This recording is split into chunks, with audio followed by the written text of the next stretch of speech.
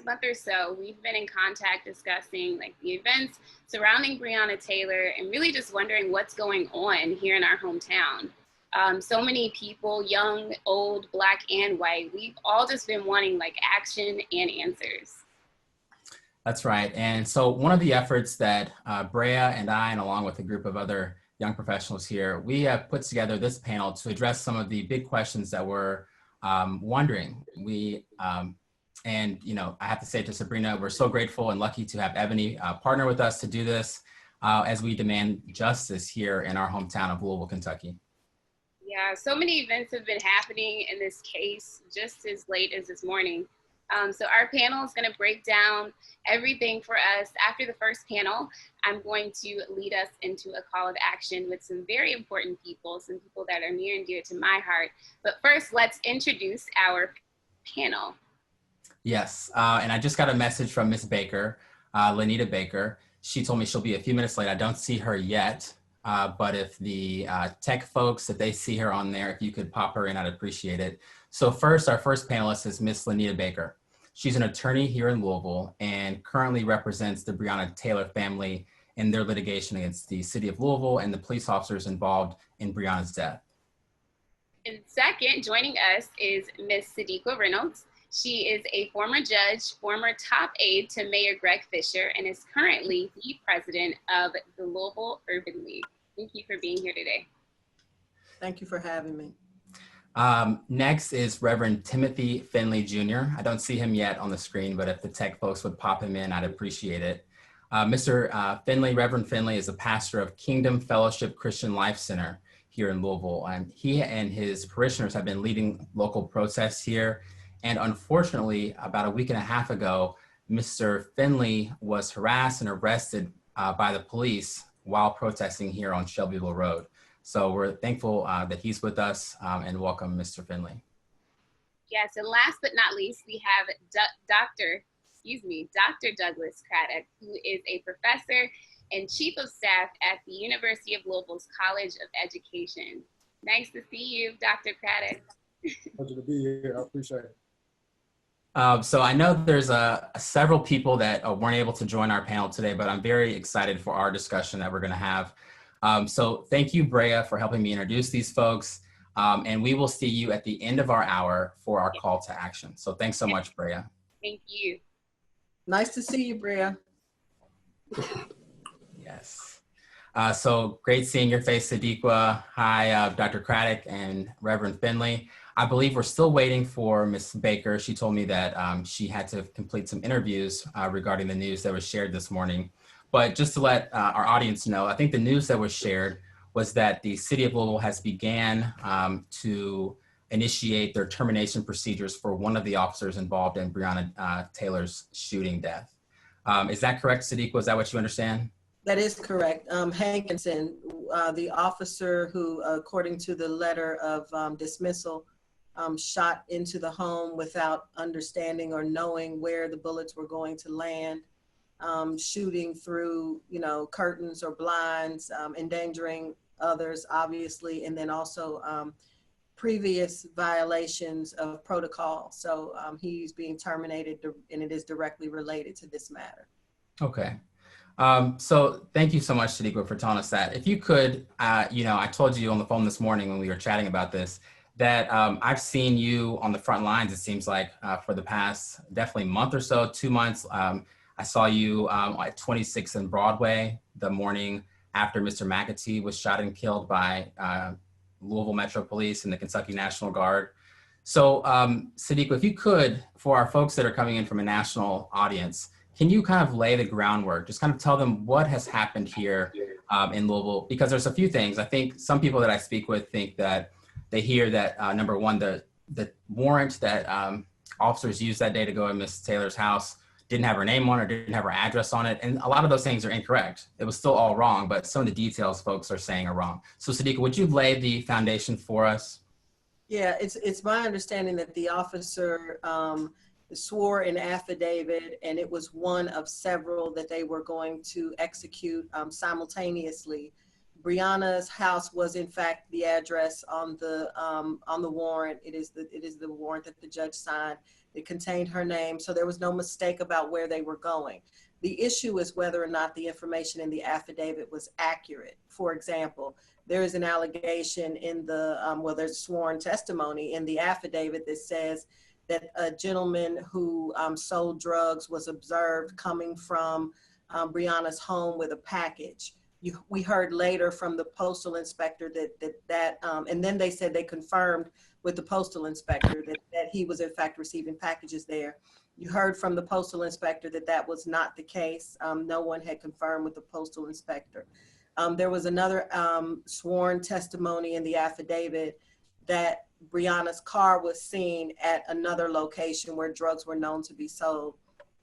Doesn't give you a date, doesn't say how often. We don't know if that information was stale, if it was accurate, who saw it. You know, a lot of information is missing. So the first place you have to start here is with the affidavit to determine even if the warrant is something that is a good warrant. Did they have any right to even be at her home?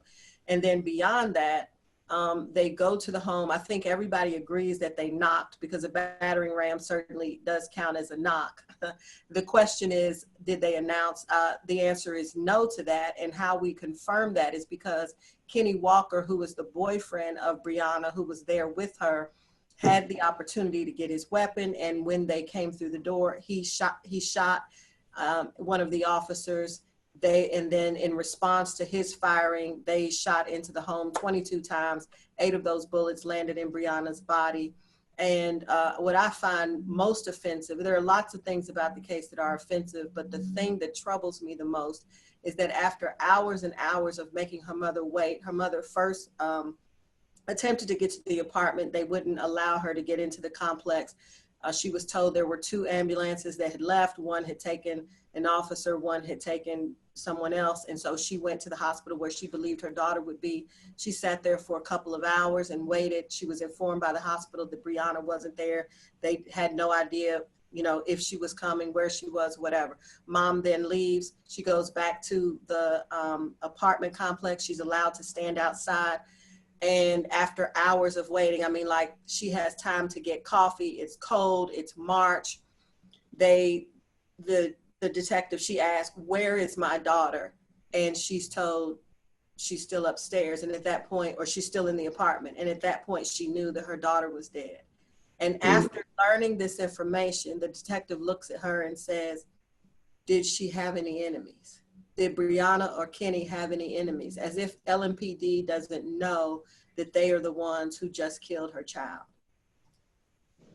So that's it in a nutshell. That obviously, I think we all know the bullets that were fired from the officer's weapons went into the bedroom of Breonna's sister. Had she been home, the mother might have lost, Tamika might have lost 2 children that day.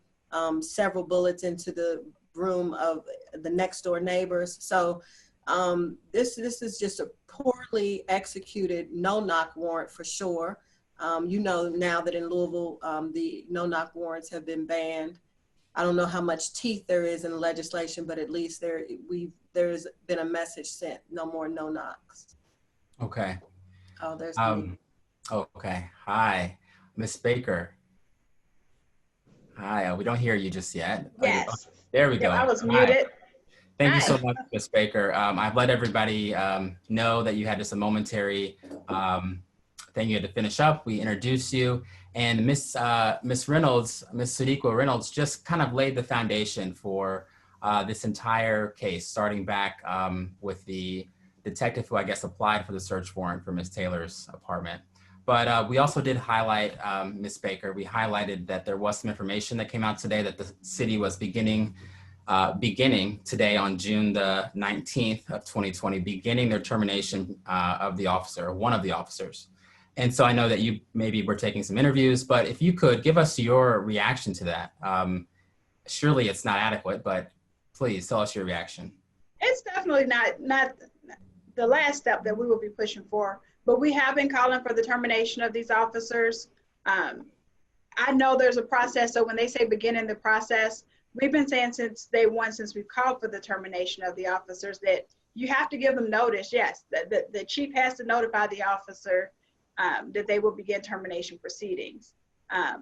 I don't expect that to be some long notice period. Of course, the date that I got was crossed out, but so that's proper processes, and we want them to follow the proper procedure. So we want the other officers involved terminating, including, you know, the one that got the warrant under false pretenses, the other officers involved, and frankly, any other officers that this investigation determines has a role in Breonna's death. We might not know who they are right now, but if there are other officers out there, we will be calling for their termination as well. I do think that the termination letter to Brett Hankinson today, at least as it relates to Brett Hankinson, what I read in that letter is sufficient to begin criminal charges against Brett Hankinson as well. So we're gonna hope that comes from the AG soon, and we're gonna continue press.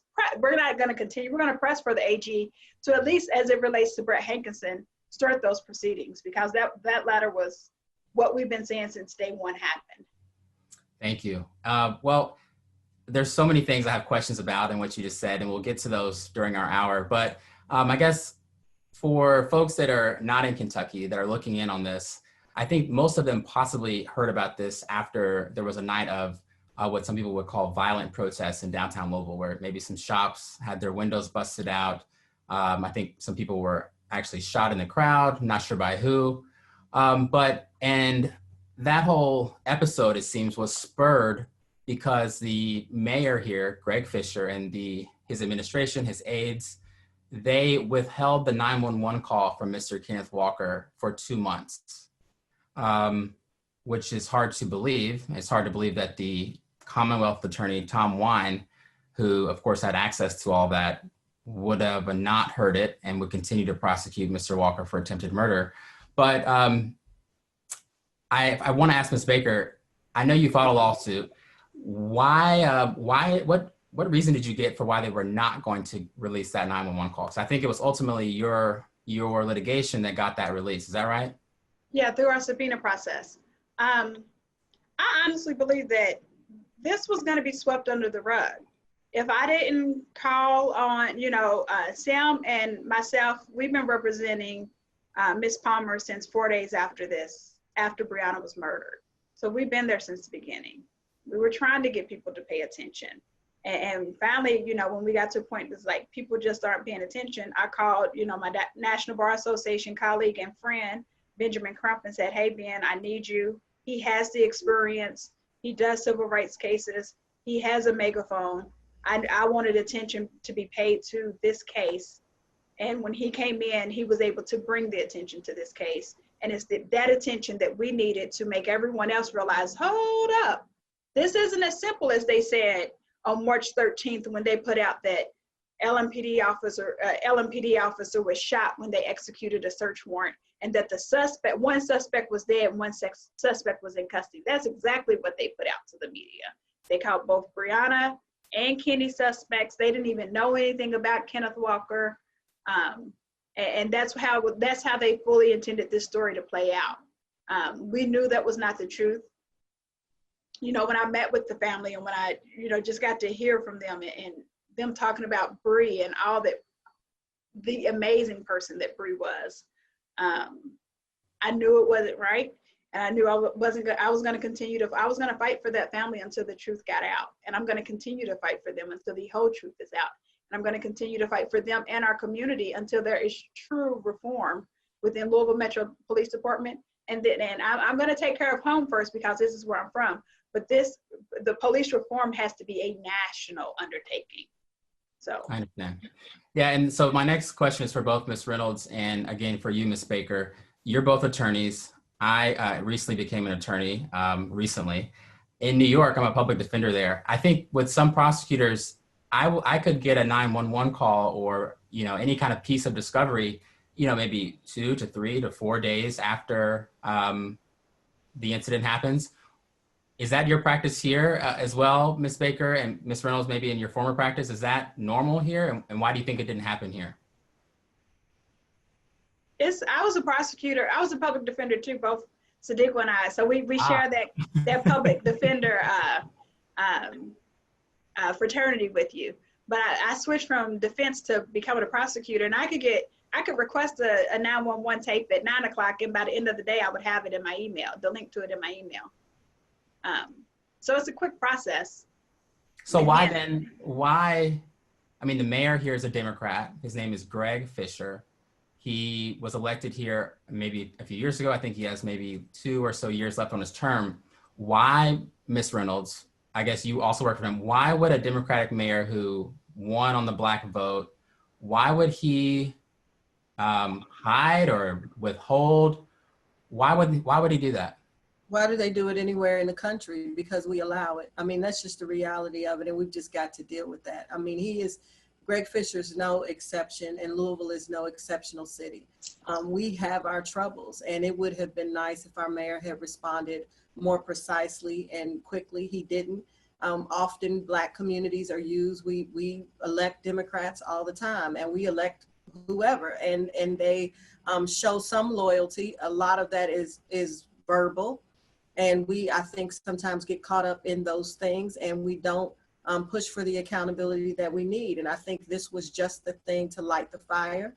To Lanita's point, there were those of us who were asking questions of the police department about this case from the beginning, but we weren't doing it in conjunction with Tamika and with Lanita Baker. So, and it's just, you get into your silo of what you're doing, and our questions were, why didn't they have on cameras? We don't understand. We thought in our community we were supposed to have cameras, and then you would get an answer, and then the question would be, well, why was it or not?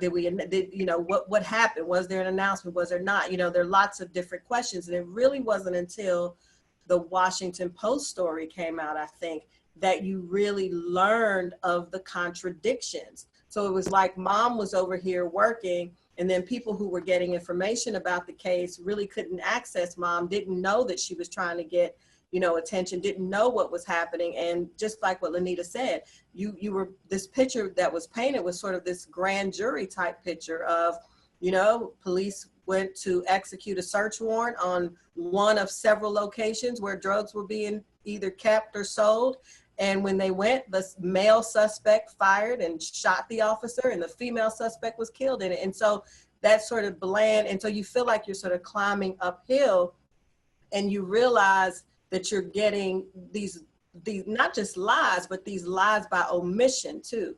So why would the mayor not act? I worked for the mayor. I got to tell you, and I have liked Greg Fisher. You don't work for somebody for 3 years and not. I have to be honest about that.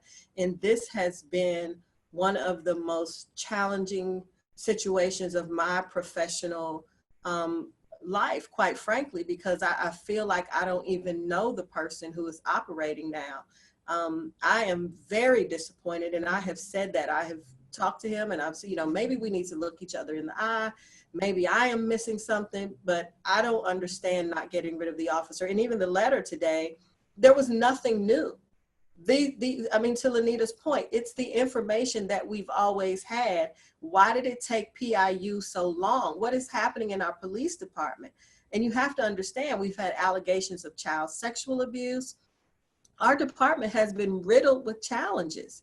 So this is heartbreaking in a million ways. Yeah, and thank you, Ms. Reynolds. I'm reading an article. I just did some brief research where you, of course, left the city to go to the Urban League. And I forgot to mention in your bio, you were the first African-American woman clerk to the Kentucky Supreme Court, which is awesome. But, I'm wondering, you left the city. I mean, was there anything in your interactions with the mayor that would, tell you, okay, maybe he's not all the way down with Black people, or maybe he's just using them for votes or for photo ops or for anything like that? I don't think he's just using people for votes. What I think it is that there is a level of privilege that some white people don't even understand that they have. And they think when they do certain things, it's almost as if, I do this and so you owe me something. So it's not even just this intentional using. Sometimes it is, let's just be honest. Sometimes it is just about a photo op. But sometimes it is, how people told Bill Clinton he was the first Black president? And so he started to believe. And so when Hillary got ready to run, people thought there was some sense of entitlement. I think that's what happens. And because we are such a forgiving people, such a loving people, I mean, and I'm sure Lanita would agree, prosecutors don't even want Black folks on juries, because even when the defendant is white, we want you to prove your case. Even when we have the opportunity to, you know, let's imagine, get some revenge. Black folks want fairness. All we have ever wanted in this country was fairness and justice to be applied equally. So we're just a forgiving people, and we just continue to pull people in. I mean, David McAtee's mom invited the mayor to be with her for the funeral. I mean, so, and you know, she's an 80-year-old Black woman. We are conflicted because of our compassion, because we put out the thing that I think we desire the most, which is to be seen as a human being capable of making mistakes. So it's very hard for us to throw people away. And I am not different than any other Black woman. You know, it's a difficult thing. But I mean, this case, this situation, what we have spent, what it has cost us emotionally, the trauma of living in this city right now, the disregard for Black life, the lack of responsiveness, this is hard to take. Yeah, I feel it. I know our other panelists, Mr. Craddock and Reverend Finley, feel it. And you said in your last answer to me, Ms. Reynolds, you said the magic word for me, prosecutor. And I'm thinking about the prosecutors who were involved in this case, the ones who charged Mr. Walker with attempted murder after or during their possession of that 911 call. So I know a lot of people in my research, if you can see my computer, I've got a list of people who I call bad actors. And I've got a lot of prosecutors' names on there. Commonwealth Attorney Tom Wine. I know you're both former prosecutors. No. It was just me. I interned at the prosecutor's office for a semester. And then okay, all right. So, Ms. Baker, I know this is a weird hypothetical, but how could Tom Wine prosecute Mr. Walker for attempted murder while having that in his own possession? And, you know, past that, did he commit a crime by doing so?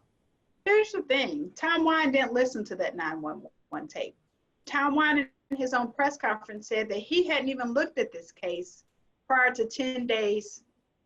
Do you believe that? 10 days before. I do, only because he doesn't present them directly to the grand jury. But I don't excuse him for it, because he should have been involved, because it was an officer-involved shooting. The issue that I do take issue with the fact that the grand jury presentation was less than 2 minutes long. And in that 2 minutes, they didn't explain that someone else was killed. They didn't mention Breonna at all in the 2-minute presentation. As a former prosecutor, is that acceptable or is that wrong? I'm saying I said it was wrong. Okay. Yeah, it's wrong. I'm not making excuses for it at all. So they never mentioned Breonna Taylor. They never mentioned anything about someone being killed during the execution.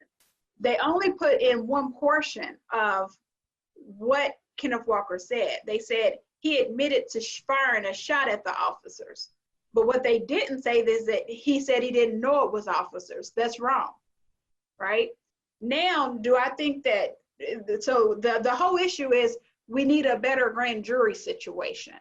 We need to make the whole system, like is what they say, the system, him being indicted worked the way it was supposed to. It was a very one-sided presentation. Why do our laws allow for one-sided grand jury presentations, right? I'm not saying that a defendant necessarily gets up and testifies, but if you have a statement of the defendant that is very long, and you're going to pull out parts of it, why not play the whole thing? Mm-hmm. And right? I think it's important for people to know that as a defendant, you don't even have the option of going before the grand jury. They have to give you permission. Your attorney or you can request it, and then the prosecutor asks the grand jury if they'd like to hear from you, and then you have to wait. So that grand jury process is very one-sided. Yes. And how often do you know that they're going to present it? You don't know to say, oh, let me add, they did this quick, fast, and in a hurry. He didn't get to his probable cause hearing. They did it before his probable cause hearing. So, yeah. Well, in New York, the defendant does have the right to testify. So I have to ask my clients do you want to testify in the grand jury? It's ultimately the attorney's decision up there, but they do have the right up there. So we have to serve what's called cross notice to the prosecutor. But, getting past the grand jury and any of that information, what about Brady? Is the 911 call exculpatory information that they were withholding from the defendant? There's a lot of stuff so you're not gonna have me justifying anything that the prosecutors did in this case. All right. Well, I'm thinking. If from day one of when this case went public, Kenneth is not even my client. Kenneth was never my client. Kenneth has one of the greatest defense attorneys in the city, but from day one, he was in capable hands. But from day one, I called for the charges against Kenneth Walker to be dismissed. Now, what I don't like is that when Tom Wine did his press conference, he said, we're going to dismiss this without prejudice, and we may be represented it at the end of the investigation. Mm-hmm. Let that man go. Let that man live. Let him be free, because he did what anybody in America would have done. Right. I'm thinking about, where is the NRA? Where were they at standing up for Mr. Walker, defending his home with the firearm? They weren't here in Kentucky, at least, or in any of the news. But I do want to bring in Mr. Finley, because we're at the point now where the mayor or whoever, prosecutors, whoever, withheld that information for 2 months. Folks around the country are hearing Breonna Taylor's name. I'm hearing it, a month after she was killed. And then it's released. And then there's these, violent protests in the streets of Louisville, where I guess the national attention kind of came back into the city.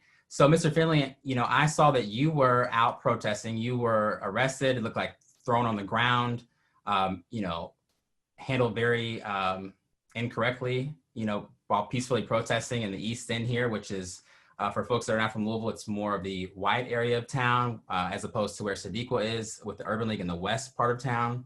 So, Mr. Finley, what made you, get your parishioners and yourself on the street that day, or all those days?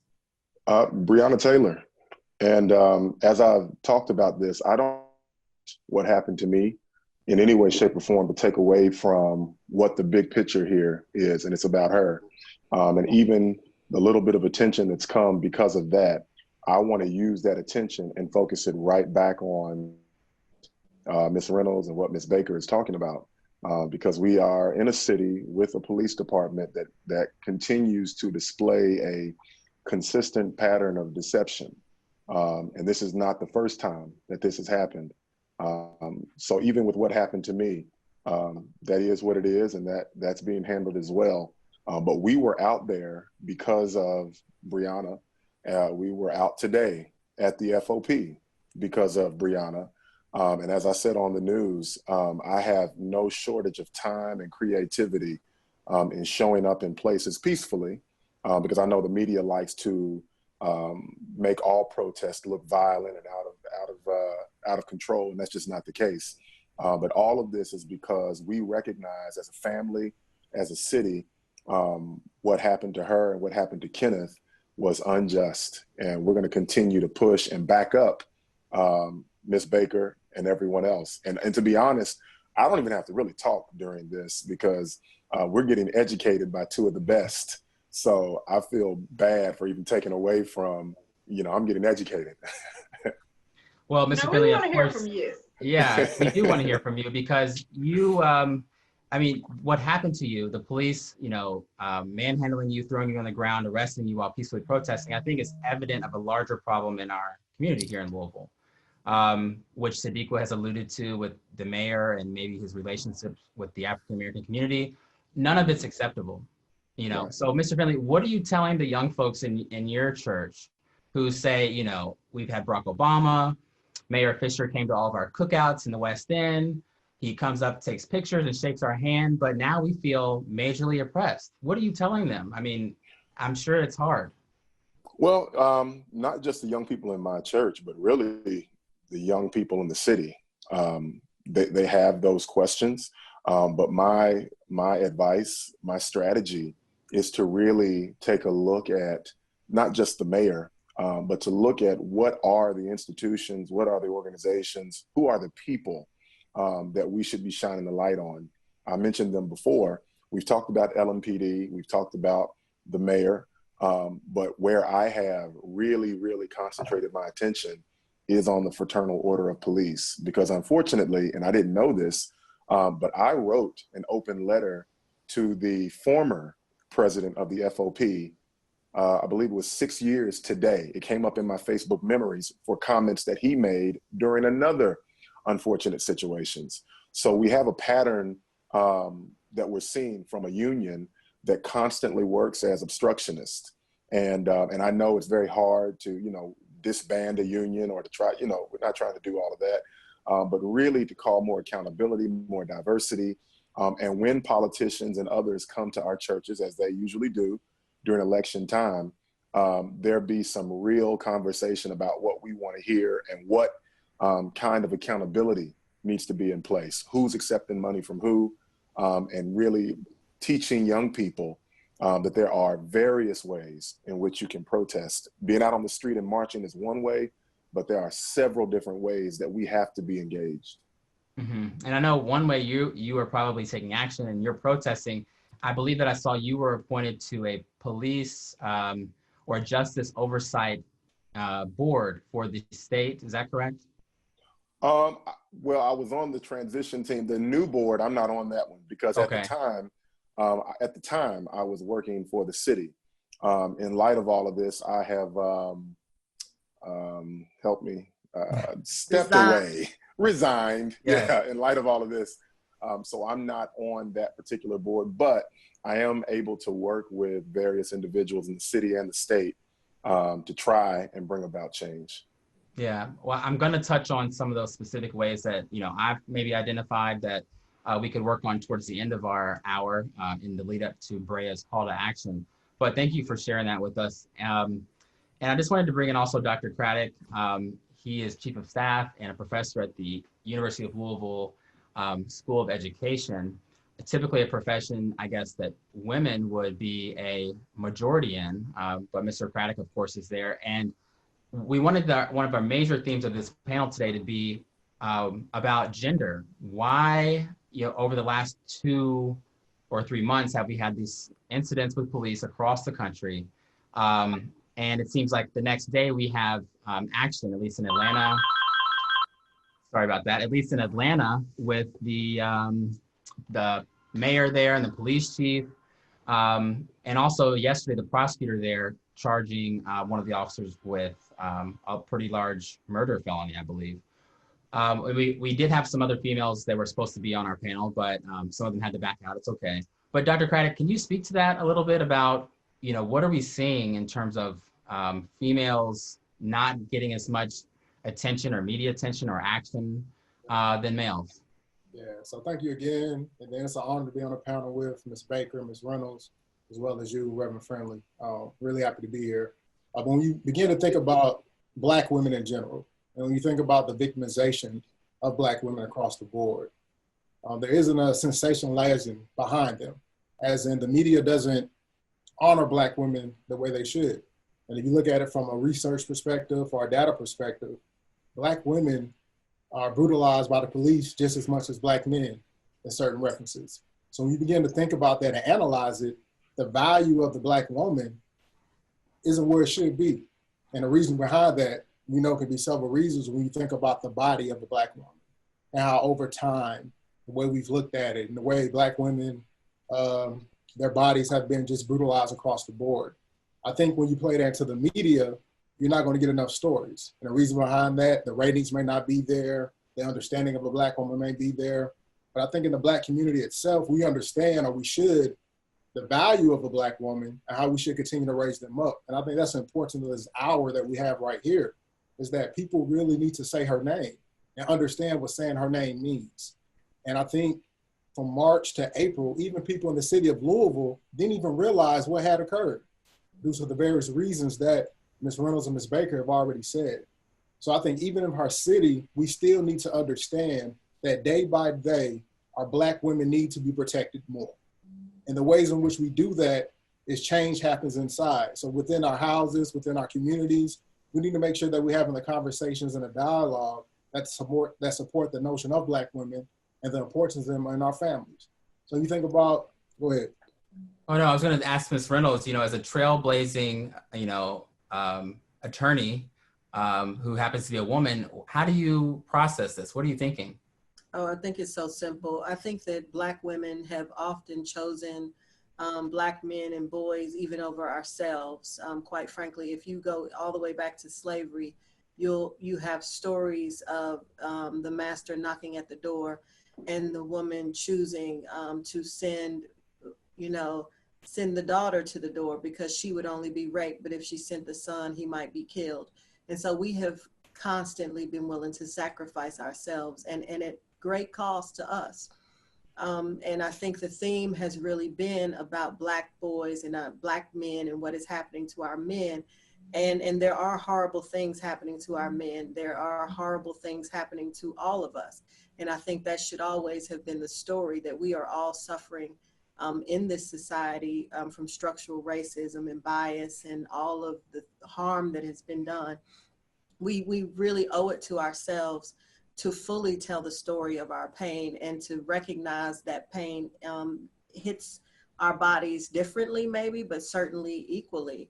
I think though what happens is when you start looking at pay rate and you see women who, the higher graduation rates now from college and things like that. And so I think what happens is sometimes our pain and the things that we suffer kind of get pushed down.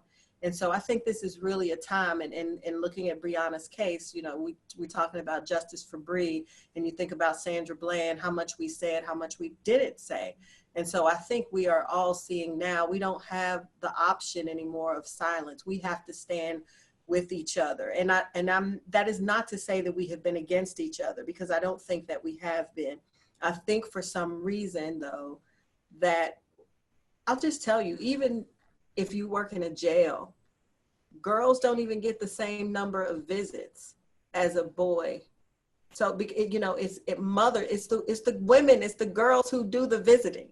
So in every way, things are off balance, and we have to call that out. We have to talk about it. And I don't think that it is an intentional thing that we are doing, but it is a thing that is happening, and we have to make sure that we highlight it. Yeah. And I appreciate the question. Yeah, and I agree with Ms. Reynolds. When you just begin to think about the Black woman, how she constantly pushes up the Black man for the betterment of them rather than her. You think about our Black mothers. I think that's something that psychologically has been impressed upon us. And I think that's something that we have to continue to recognize, and there has to be some change around that. Because I think as we do that, and that respectability of the Black woman continues to be raised, then situations like this won't take 3 to 4 months for the community to come in and come out and protest and do various things. They'll do it on day 1 and day 2 from the beginning of it all. Yeah, thank you. I'm thinking next about, the folks that were, active in withholding or covering up this information for none of us to see or to largely pay attention to for almost 2 months. I'm thinking, Ms. Baker, do you think that because Breonna was an African-American woman, that the powers that be thought that'll make it easier for us to sweep it under the rug? I think there's a number of things that made them think. So I don't think it's just the African-American woman. We know traditionally the African-American women that are murdered, while in police custody, typically don't get the same traction as when our males are. One thing I do always think too is there's no body camera here. And with George Floyd, we were able to see how horrendous that murder was, how callous the officers were. We saw it with our own eyes. With Breonna Taylor, it's us having to tell this story over and over and letting people hear the being that Breonna was, hearing from her mom, hearing from her sister, from her aunts, from us getting the information. It was a fight for us to get information to put in front of people. So we're having to tell people. And then you have a lot of people, as they should, well, I won't say as they should, we have a lot of people that give that benefit to the officers. So they don't want to believe that this was as bad as we're making it out to be, right? But it's just as more information started to come out and you get the more information and you start using your own common sense to put together the pieces, you see that we're telling the truth here. And so then you have to, it's waking more people up to okay, we can't believe everything that comes out that the officers say. It's not always there. So I say all of that to say the bigger issue is we need not only for police departments to give all of the officers body cameras, not enough for them to give it to them. We damn near need to make it a crime for them to not activate it when they're those cameras when they're interacting with individuals. I think that body cameras are a huge step to making everyone more honest as it deals with police interactions. It's to protect the officers, it's to protect the civilians. It needs to be a crime for them to not turn those cameras on. Yeah, and for the folks, and have them in the right place. Right. Yeah, so that you can see, because we have seen those you can actually see. Yeah. Well, it was something too that I caught yesterday, even with the comments from the AG, that I thought were just interesting. And again, I don't know, you all would know more than I know on this, but he had said that he was getting information incrementally, that incrementally information was coming. And the mayor has told us from day one, or whenever this started, that all the information was turned on, that all the information has been given. And right there on the television with the entire state and the world watching, it just demonstrated, to Ms. Baker's point, that there's a whole lot of, there's a lot of deception going on, and it makes it hard to trust anybody. I would call them lies. Yeah. And I'm going to say, I will tell you, we're not convinced that there's not body camera footage from that night. We're still trying to get it, but we're not convinced that there wasn't. So. Oh Lord. Yeah. Well, for the folks that are tuning in from outside of the state and outside of the city, days after the what some people call violent protests occurred, the Kentucky National Guard and the Louisville Metro Police were summoned to control the protests, and that resulted in a Black male business owner in West Louisville being shot and killed by the Kentucky National Guard, who was supposed to be in the city to, watch the protests. And on that morning after that, the governor of the state got on TV and said, I want them to release the body camera. It's going to show what the officers were feeling during this moment. It's going to show what they saw. It's going to show what other people were doing around them. And so we waited 8 more hours, and at 5:00 p.m., the mayor of Louisville, along with people who report directly to him, came on TV and said, there is no body camera at all. And I think I probably counted maybe 15 or 20 officers or National Guard members who responded that night. So I cannot personally, as Eric Burse sitting here, I can't believe that there would be no body camera. So I put that, Mr. Finley, in another category of a lie, in my opinion. And Sadiqa, I talked to you this morning. It seemed like on my computer, there's also a list here of bad actions that go along with the bad actors on this side. Mayor Fisher has a lot of bad actions on that list. What, are you ready to call for him to resign, or what will it take? How many more lies from the mayor?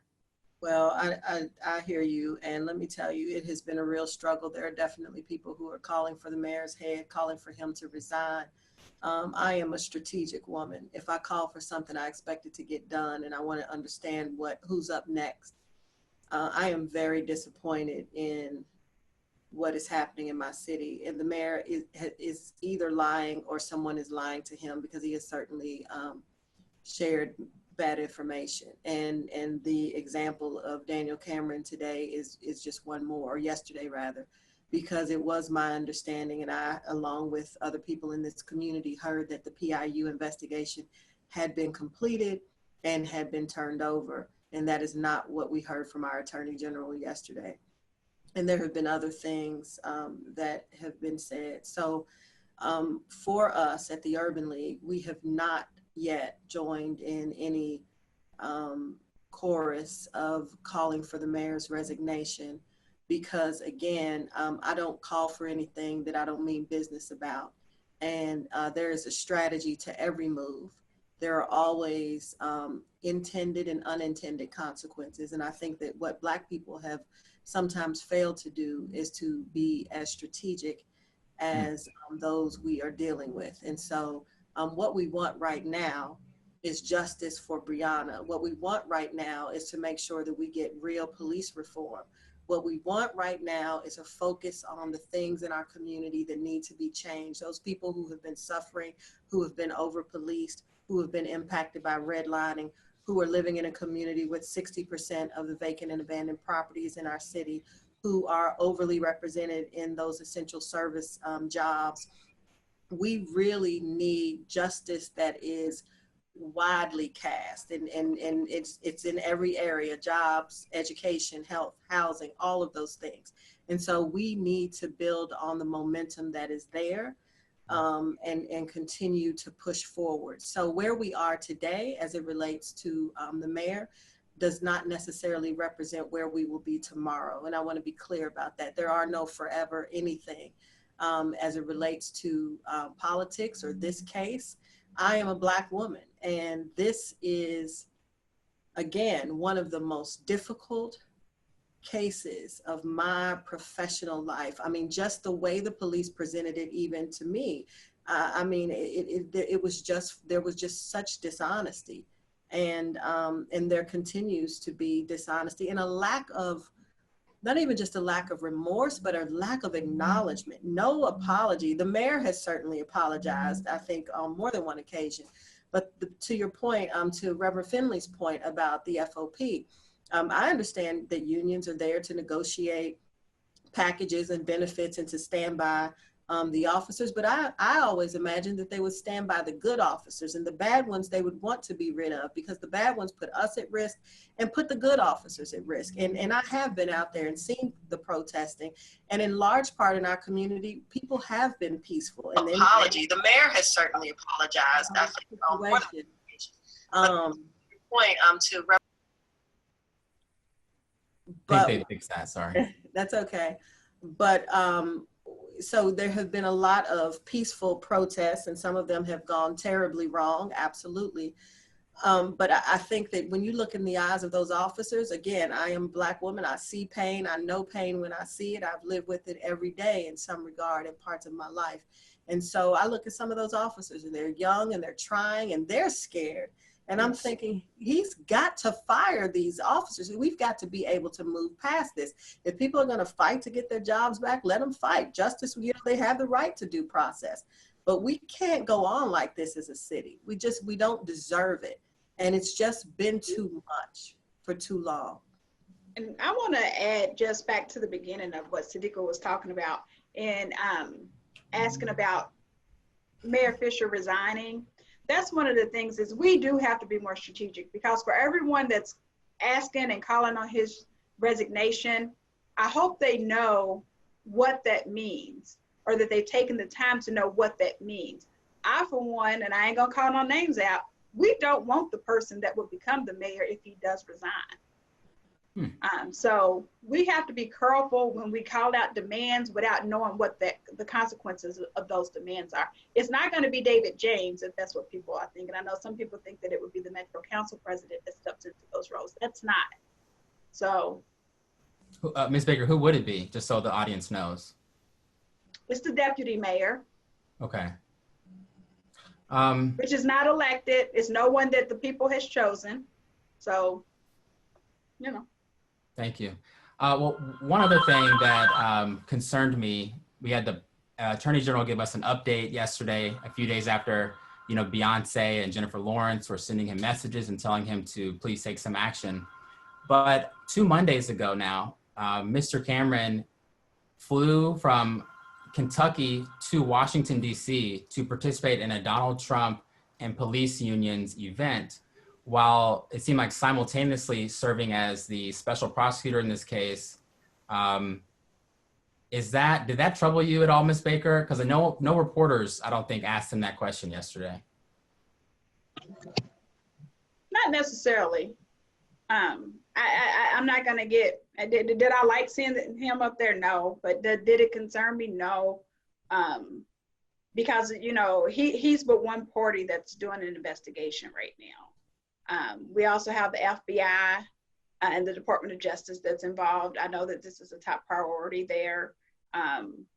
So I will say that while I don't know that it'll come as quick as we want it, I do think that we will get justice for Bree at the end of all of this. Then we have to continue to push for it. So when I say that, I don't want people to stop what they're doing. I want that pressure that pressure to stay there. Okay. But yeah.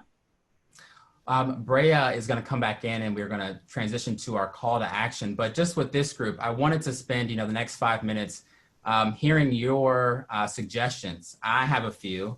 In New York, where I practice as a public defender, they repealed a law called 50A, which sort of masks or seals police misconduct records. So if I'm going to trial with someone, I wouldn't be entitled to see any of these records because they would just be sealed, or any of the disciplinary measures taken after that.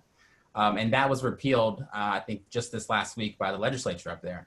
And while I've had a little bit of time in between some of my cases, I've been able to flip through the collective bargaining agreement that the Metro Council government has here with the police union. And I think there's some bad stuff in there like that. So I just wanted to, those might be two things that we could, as a collective, we could look at changing. Like I'm looking at an article here from Brooklyn where Mayor de Blasio is going to set up a public online database that will let New Yorkers track police disciplinary cases. That might be an idea for Louisville. One other thing is I'm not having confirmed this. I'm not sure if it's real or not, but this is floating around on social media. This is the picture of the Louisville Police Public Integrity Unit, or maybe a prior group of them. That looks like all white males, which is concerning to me if that's the group that would be in charge of investigations for the police department. So maybe, some large scale changes like that. But I'll start with Ms. Baker. And if we could just go around and end with Breea, tell us, what are your suggestions to make sure this never happens to anyone, not my nephew or not anybody's child ever again? I think one step was Breonna's law banning no-knock warrants, requiring the use that body cameras not only be worn, but activated, and having significant penalties if they're not. The independent investigations, and when I say independent investigations, LMPD or no police department around the country should be investigating their own individuals. And especially not as it relates to, here it's a promotion system, right? So you have people that are in PIU that have worked side by side with the people that they're investigating. How does that work? What is a houseway? So that needs to change. We need outside independent investigations. We need prosecutorial bodies that are not also relying on that same department to get convictions against civilians. So if we're going to be prosecuting the police, it needs to be a different prosecuting agency. There's so much we need. I'll let everyone else chime in, but those are things right off the bat that scream out to me. Just one thing I wanted to clarify, Ms. Baker. Thank you for that. I of course, I applauded everybody that worked with the Breonna's law, and I think Ms. Keturah Huron was supposed to be on our call. I think she also spoke at the Metro Council about that. So major achievement. I did read a few days ago about something called a quick knock warrant. Is that? Well, then, yeah. If you notice, we covered that in Breonna's law because we didn't want because what happens is knock and announce. They knock and announce themselves, knock and announce, but they are banging on the door at the same time. So the ordinance that we have, and that was specifically at our push, and we had an expert that we engaged to work on that law. And he said, so in our language, we have that they have to wait at least 15 seconds before they try to force entry. So you can't be knocking and announcing, banging at the same time and say, oh, we knocked and announced. The Supreme Court says nothing less than 10 seconds. So it's reasonable. We have more time than what the Supreme Court asked for. So we knew about quick knock, quick whatever, quick entries, and we wanted to close that loophole. And that's one of the things when we're drafting legislation, we have to make sure that we are looking at it holistically and addressing any little loopholes like that. Because they know how to, that's what they train to do, is how can we get around this? Absolutely. Yeah, Mr. Reverend Finley. I would say with the policy that has already, I saw yesterday where they talked about officers stepping in when other officers violate and things of that nature. But I would say, I think the LMPD should publicly disclose its procedures when officers violate protocols.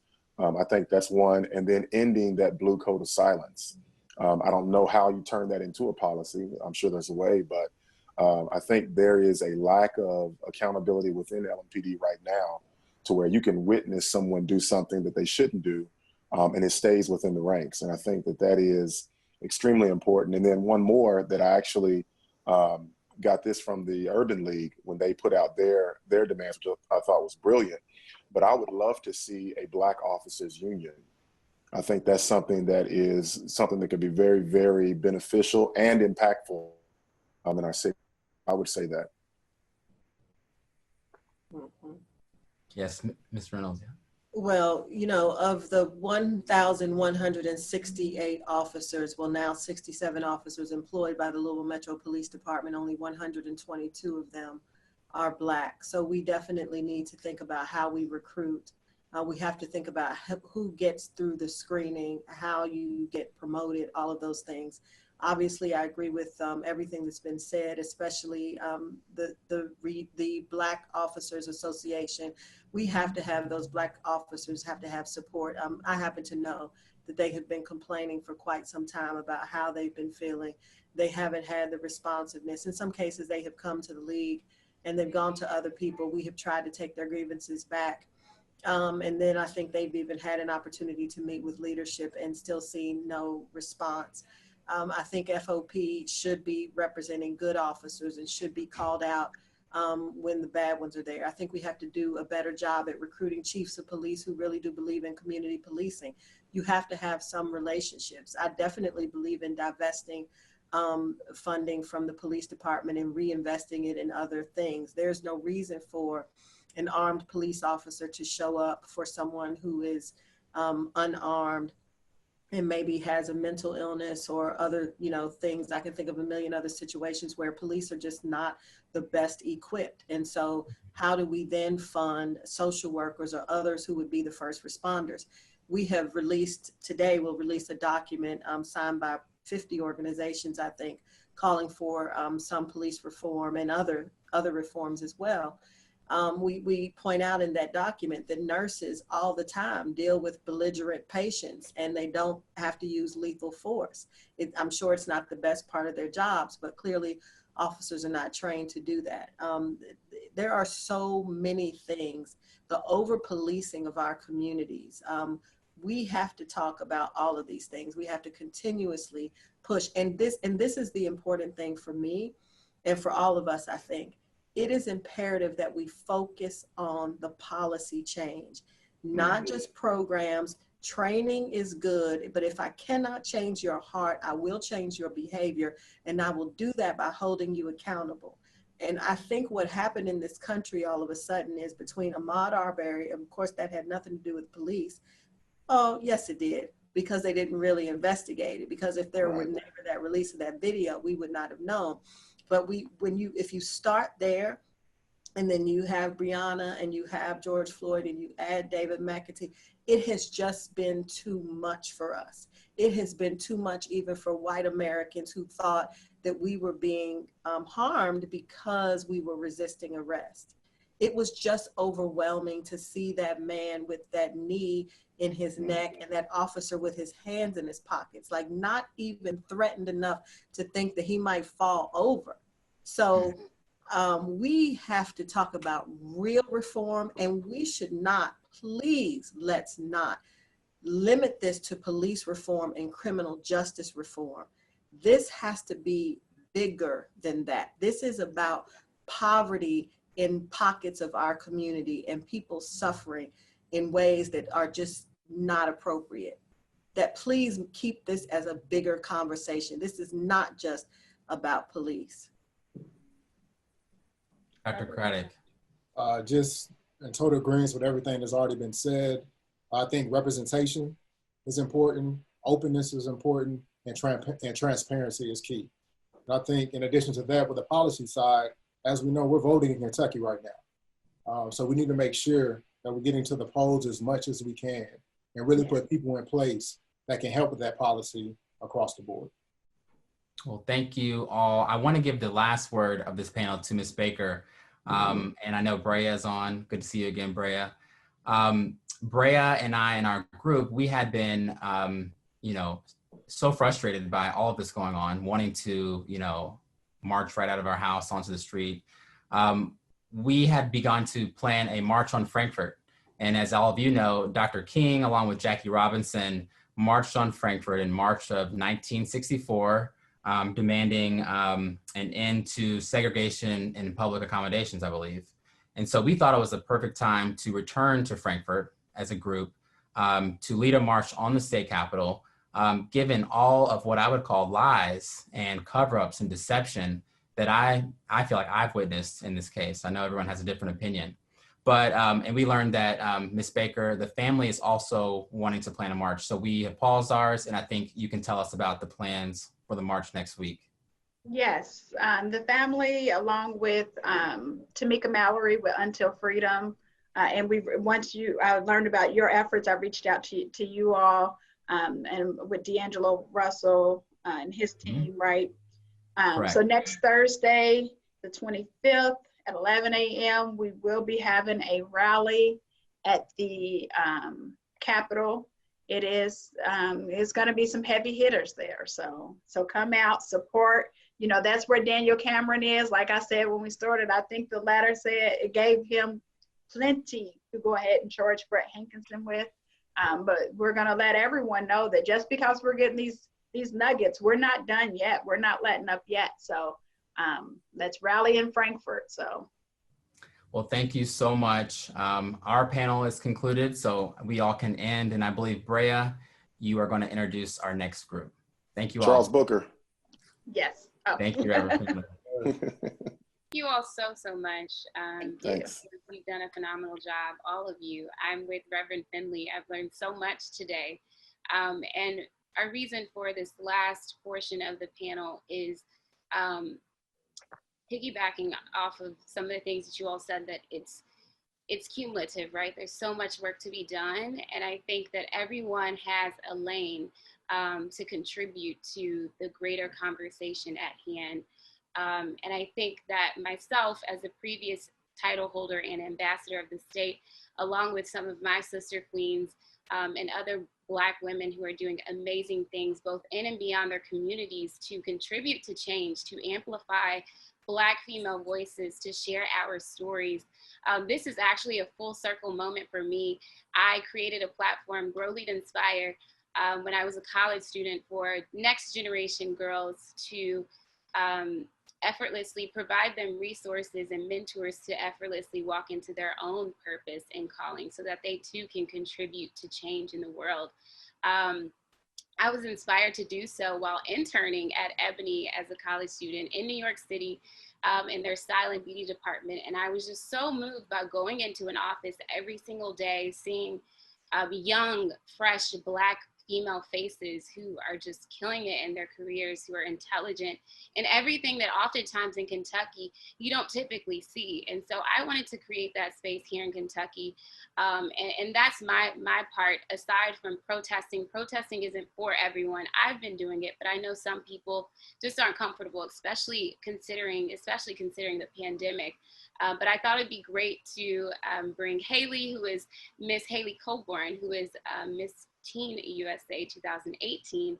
She's also a student at Princeton, and she is working on some amazing projects to highlight and share her story and some of the racism that she experienced as Miss Teen USA.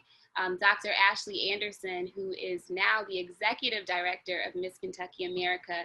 She's also has her own health and wellness practice here in Louisville, and I think she can really contribute to the conversation, because now more than ever, we realize as Black people how important it is for us to take care of ourselves. Every single day, there's so much more news that's being thrown at us. And everywhere we turn, like, people are talking about what's happening in America regarding Black people. And sometimes it's okay. We need to know it's okay to take a step back and really take care of ourselves so that we can show up as the best versions of ourselves for ourselves and our community at large. And lastly, but not least, we have Cordelia Cranshaw, who she just got married. So congratulations, Cordelia. During the pandemic, very courageous and amazing thing that you did to do that during the pandemic. But she too is doing some amazing work with youth in the DC area, and she has an incredible story herself. But so I do want to, is Ashley in here? Oh, I see you, Cordelia. Hi, Cordelia. Hi, how are you? I'm good. Hi, Haley. Hello.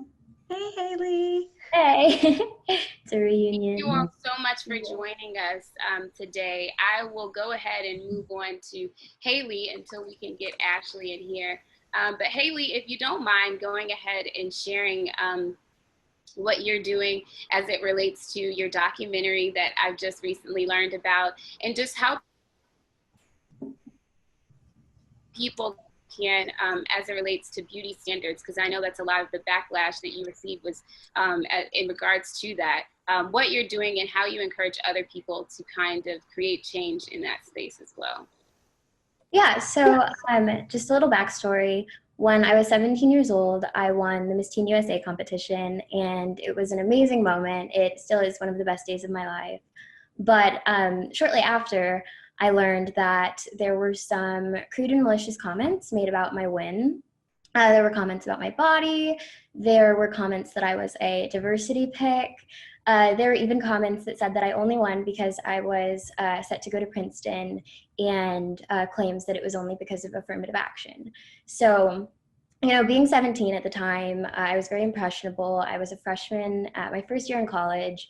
So this response made me very emotional and broke my heart almost.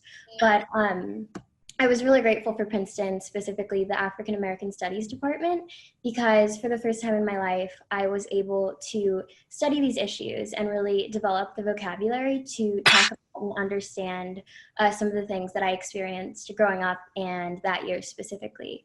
So, you know, throughout history, America, we all know, has a very fraught history, and there has been the continual devaluation of Black features, and consequently, our beauty standards are centered around these white European features. And there are steps that we can take day by day to really help dismantle this. And the first and arguably most important is education, you know, just understanding how it got to be this way, and telling our children about it in schools, in the household, because a lot of the time, unfortunately, Black history isn't discussed in schools, as I'm sure we all know. So we can also call out microaggressions, things that are said about Black people and Black features. And it's really important to change the narrative and really acknowledge what we know is true, which is that Black features and Black people are beautiful and amazing.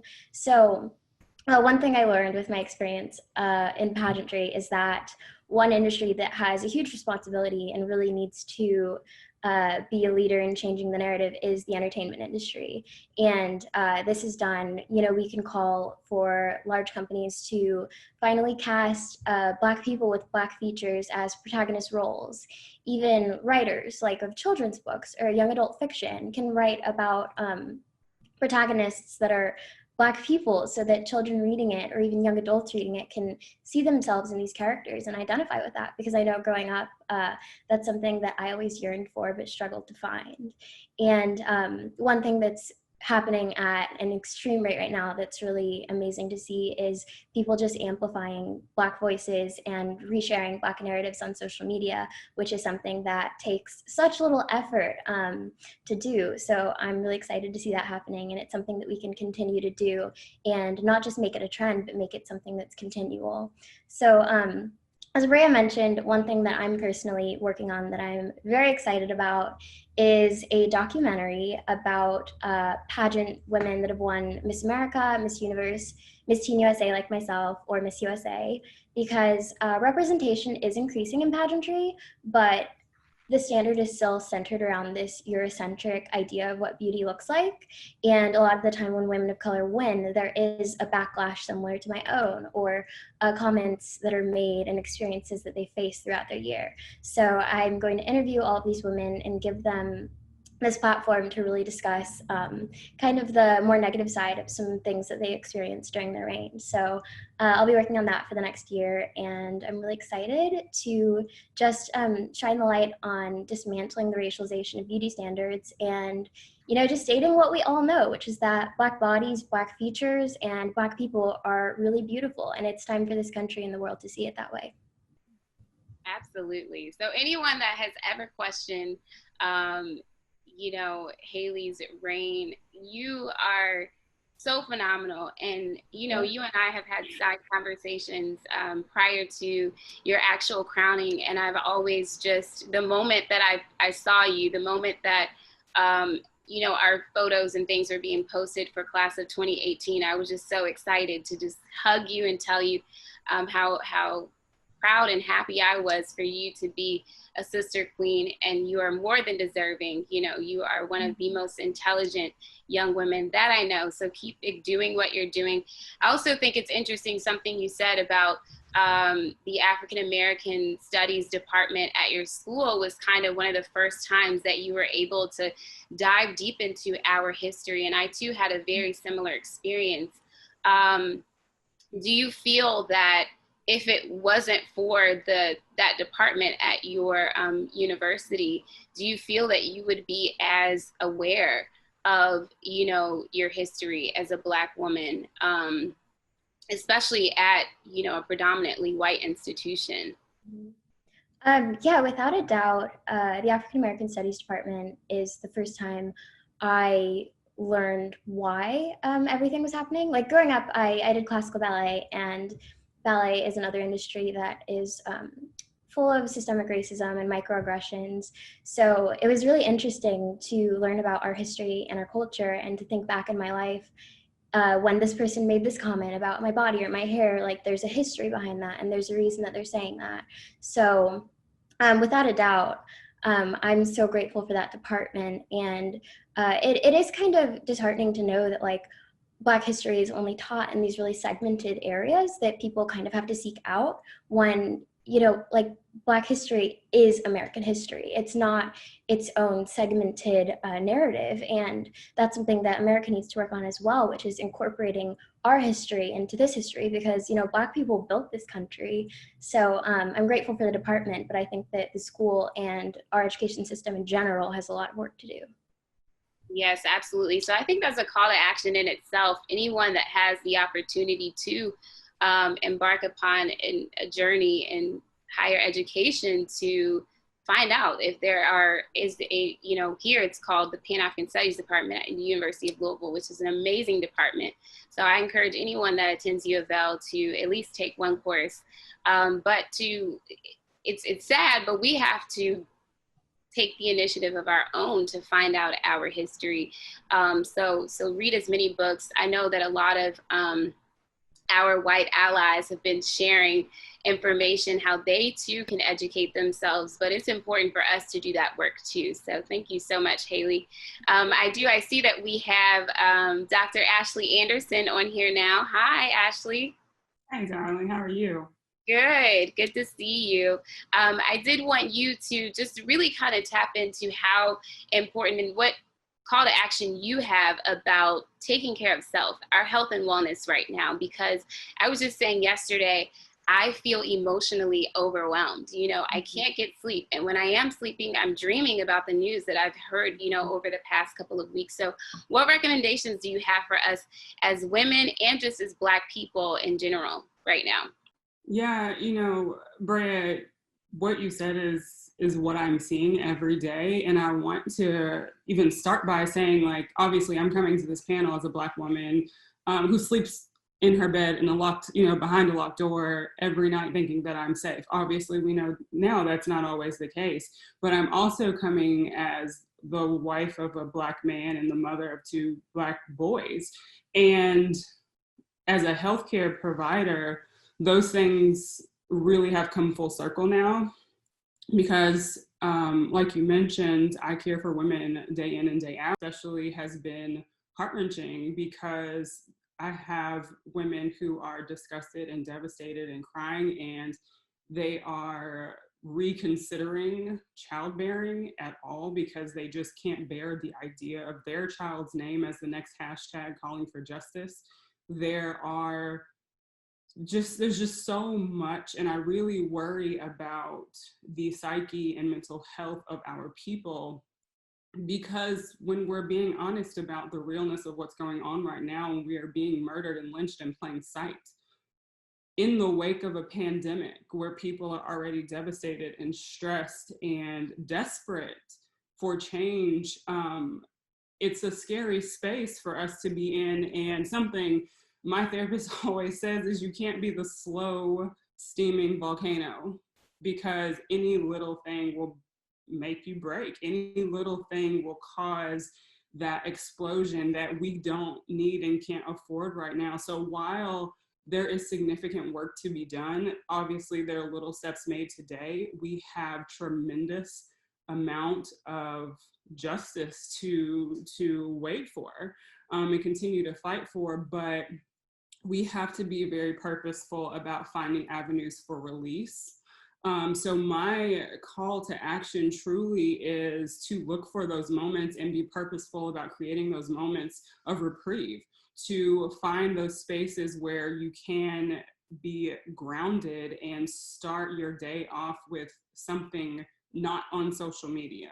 You know, I think it's okay to unplug. What's going on right now is extremely heavy. I'm like you, Breea, I wake up in like hot, like cold chills and sweats, worried that I'm going to open my phone again the next morning and it's happened again, you know?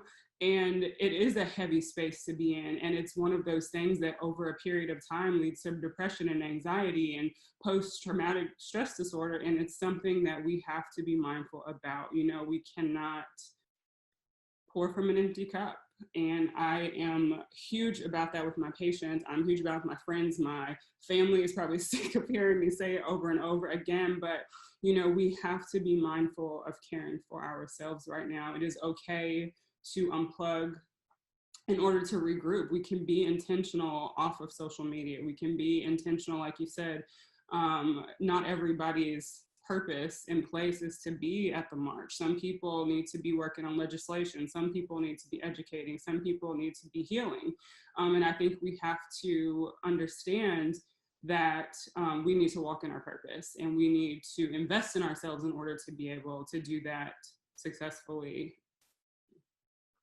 Awesome. Thank you so much, Ashley. I think that's some very valuable information right now. Because again, I think we all can agree that we feel it. You know, anyone that I talk to, we're talking about how this feels. I mean, because not only are we going through this as Black people, but also, you know, the pandemic, you know, itself, you know, that kind of led us into this civil rights movement part two. I mean, it's a lot. And then being here in Louisville, you and I, the air is so thick, you know, and you just never know what's going to happen. So thank you so much for that. Cordelia, I will mention that as a previous title holder, as I mentioned, in an ambassador of this state and having the platform that I have, I know I felt I'd be remiss if I didn't use my voice to do something, if I didn't use my resources, my network to do something in a city that's really at the epicenter of all of this right now that's going on in our country currently. And so Cordelia, I know you too have ARC, a foundation that you created in DC. And if I can say, I believe you shared with me that what inspired you was your own personal story to create ARC. And so if you could just share a little bit about how using your story, our stories as Black people, as Black women are so complex, but how one can use their own truth, their own story to walk in their purpose, and how that can change the lives of young people so that, again, they too can move the needle in whatever way, you know, is unique to them. Absolutely. Thank you, Breea. Yes, so I founded ARC, Acts of Random Kindness, after aging out of the foster care system and graduating with a bachelor's in social work in 2014. And at that time, I was only one of 6% nationally to age out of the foster care system. And throughout my entire life and my upbringing, I faced adversity after adversity after adversity. And I always wonder what my life would look like if I didn't face those things. But one thing that I was able to take from those experiences was being able to find my purpose and my passion in life. Becoming a social worker, I have been able to have a unique lived experience perspective when I work with the youth in the community, because I have been in their shoes. I know what it feels like to go through the things that they're facing, and what helps me stay the course and continue on this path is waking up and being able to do this every day because I love it so much, because I've been there and I was able to overcome it. I didn't just say, I'm going to forget about all those things that I've been through. I said to myself that I want to go back and help those who are facing similar life challenges that I faced myself. And so I wanted to share just a process with everyone as we continue to face adversities. We're always going to face adversities in life, but it's so important for us to stay focused when we do face failures and adversities, because they're always going to come. There's always going to be bumps in the road, and it's so important for us to stay the course. So the first question to ask yourself is, do you have the facts? Use facts to guide you, but use your emotions to fuel you. So right now, everybody's in an uproar. Everybody's feeling so many different emotions. Use that emotion to make sure you're doing something, make sure you're taking that action, and then use the facts as well to help guide you in making those decisions or creating change. Take a very complex issue and simplify it. What we're facing in terms of racism as African Americans and as Black people in the United States is a very, very complex issue. And how can we simplify that in order to achieve things and to build on top of one another in order to create change on a larger scale? So what does that look like for you? As Dr. Anderson mentioned, you can't pour from an empty cup. And then you have different levels of taking action. So some might be out there processing, but some might be creating policy and involved in legislation. So what type of change would you like to be involved in, and what level of change would you like to be involved in, and break that down so that it's more manageable for you. These issues, when they're simple, they're easier to move past and work through instead of trying to tackle the more complex issue.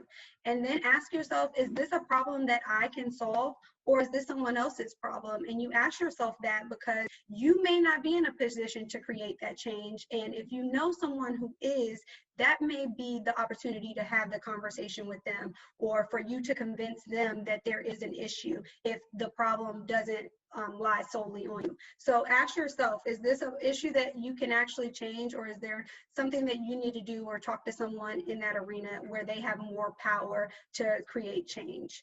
Another question is what are your strengths? Ask yourself, what strengths do I bring to the table? And those are not just personal strengths, those are also your network, the people around you, your resources. Tap into those strengths and be able to bring those to the table when trying to overcome adversity and create change.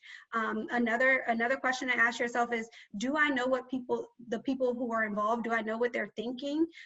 Don't ignore other people's opinions and assessments of an issue, because those are things that can provide a whole perspective, the bigger picture, and inform you what is going on with the issue at adversity that you are actually trying to face. So take other people's opinions, take them with a grain of salt, but also use them as you create this process of change for yourself.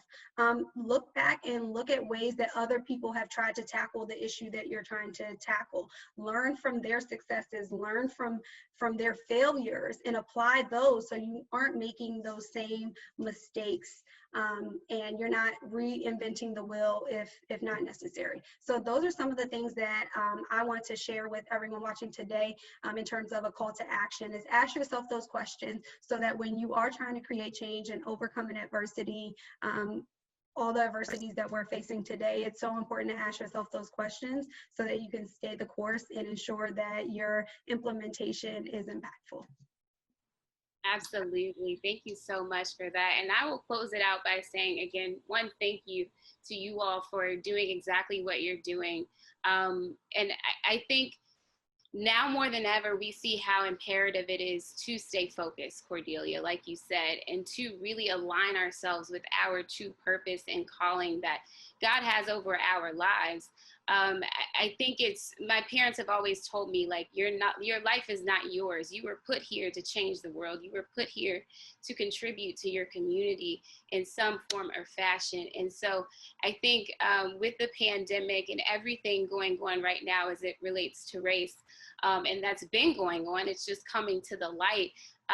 Again, we see how vital it is to take our lives seriously, to take our gifts seriously, to use them in ways that is not just beneficial to ourselves, but that contributes to the world at large. And so again, I think you all are doing that perfectly. And I also want to just say, again, my call to action is, if you are willing to take on the responsibility of having such a platform, of acquiring such a title as Miss Teen USA, as Miss DC USA, and as a director of an entire organization, Miss Kentucky America, if anyone is to acquire such a title, that you realize the responsibility that comes with that. This isn't the time to be self-righteous. This isn't the time to compare ourselves to other people. We all have a unique way to us to, again, contribute to conversation and to change in general. So thank you all, and thank you so much again, Ebony. This has been amazing, and I hope everyone that's tuned in is inspired in some way to grow, lead, and inspire for the greater good of our country. So thank you all so much.